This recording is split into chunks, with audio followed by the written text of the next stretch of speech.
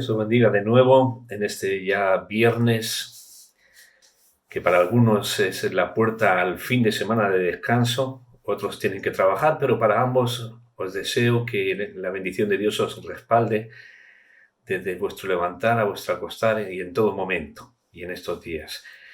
Ayer veíamos una de las apariciones de Jesús después de resucitar. Él les apareció a los discípulos cuando estaban intentando pescar de noche. Y hoy quiero mencionar otra de esas apariciones que se encuentra en Lucas capítulo 24 y en la que nos dice la Escritura que habían dos discípulos que estaban de regreso a casa y estaban muy desanimados. Estaban desanimados y tristes, hablando entre ellos porque Jesús había sido crucificado, lo habían matado, lo habían enterrado.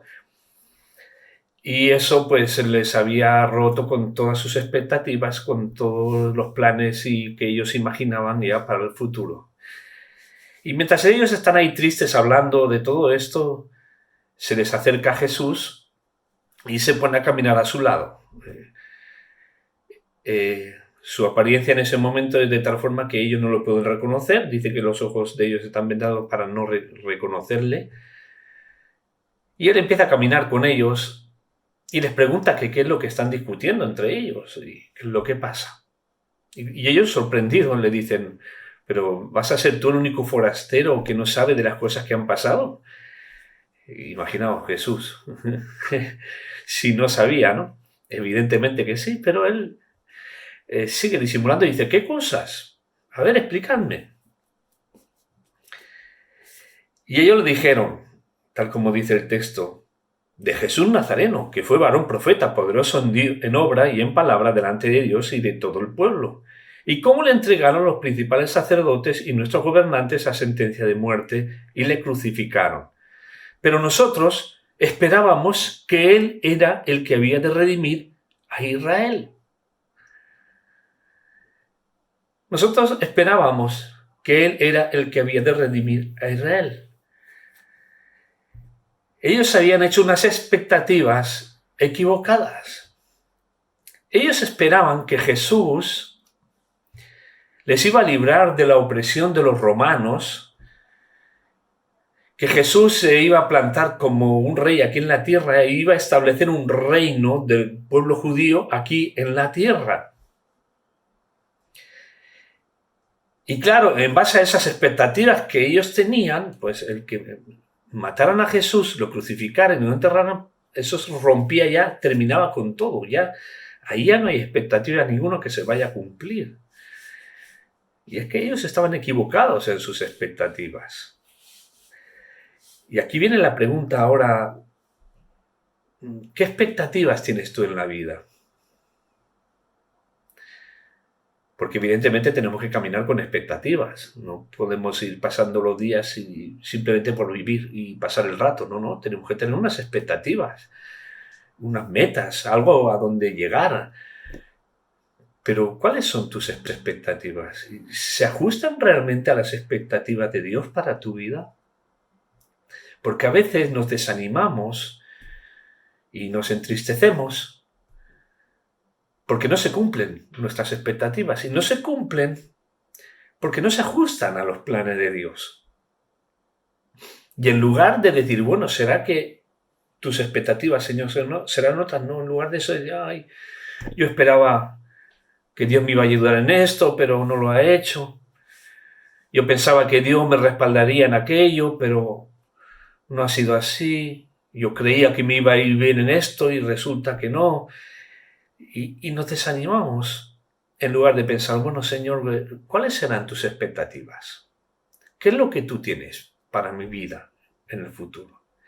Y pensemos que generalmente, en el 99,9% de los casos, las expectativas de Dios son mayores que las nuestras. Aquí, estos dos discípulos esperaban que Jesús los iba a librar de la opresión de los romanos. Sin embargo, Jesús lo que iba a hacer era librarlos de la opresión del pecado y de Satanás, que es mucho más. Ellos pensaban que Jesús establecería un reino aquí en la tierra, pero Jesús fue a preparar un reino eterno allá en los cielos, que es mucho más. Ellos esperaban que Jesús se establecería como rey aquí en la tierra, pero Jesús se levantó como rey de reyes y señor de señores, que es mucho más. Y lo que Dios tiene para ti y para mí seguramente es mucho más que lo que nosotros esperamos.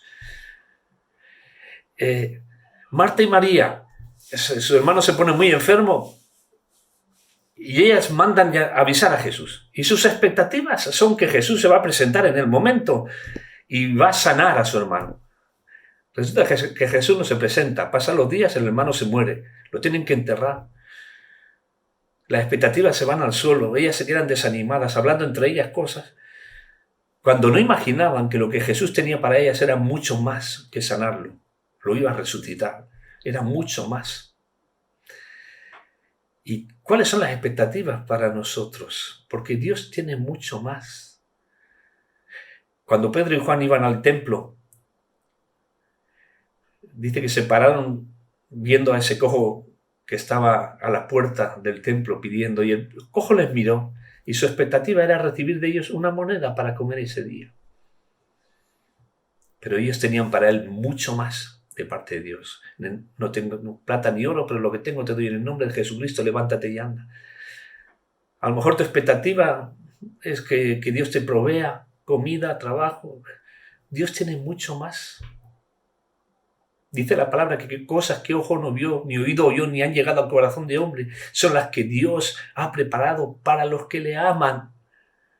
Si tú le amas, Dios tiene para ti mucho más.